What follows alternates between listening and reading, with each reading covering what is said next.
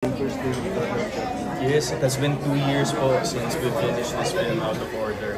But the route was, we suggested, Viva and Myriad agreed na before selling it to Netflix, ikot muna natin siya around the world. Pangalan mo naman, makasugit tayo ng mga festival exposure. So we actually premiered sa Da Nang, Vietnam, first quarter of the year. Doon yung first showing ng Out of Order. Doon ko siya unang napanood sa big screen.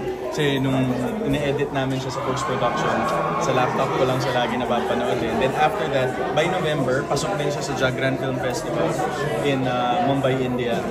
So, but mas mauuna yung premiere, which is October 2 sa Netflix po. And then right now, we just wanted to make it big and memorable. Kaya we really had it shown dito sa cinema.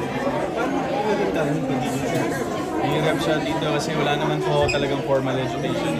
And at the same time, all of the things I've done there as a director came from knowledge from the previous directors that I've worked with in the past. So, yung isang inspiration kong director dito yung si director. And then sabi ko sa kanya, direct, marami kang makikitang shots doon inspired by you. So let me know ano yun. Wait ka ba? Sobra po. Kasi when I was doing this project, aside from being a director po, actor din ako dito, and then at the same time, producer din. So ang number one trabaho ng producer is to make the budget work. So in all of those things, I'm overlooking and overseeing all of that. So it was really taxing actually. Pero sobrang fulfilling yung experience na kahit paano nairaos namin siya as a team.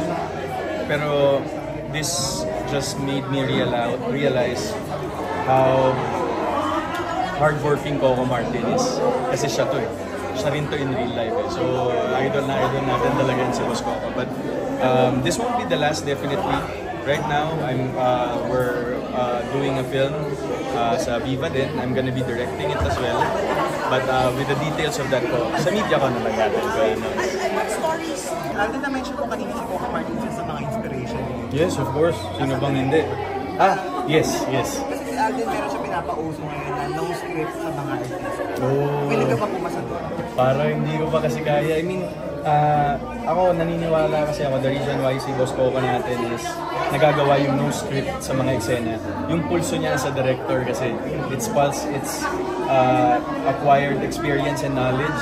So kayang-kaya na niyang i-pull off yun. But for me, since I'm starting pa lang, baka dun muna ako sa normal route, sa safe route muna. Pero as an actor, kaya mo ba yun?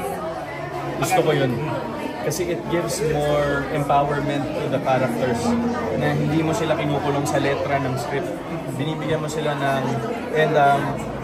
hindi mo ginagawang tamad yung mga artista sa storytelling.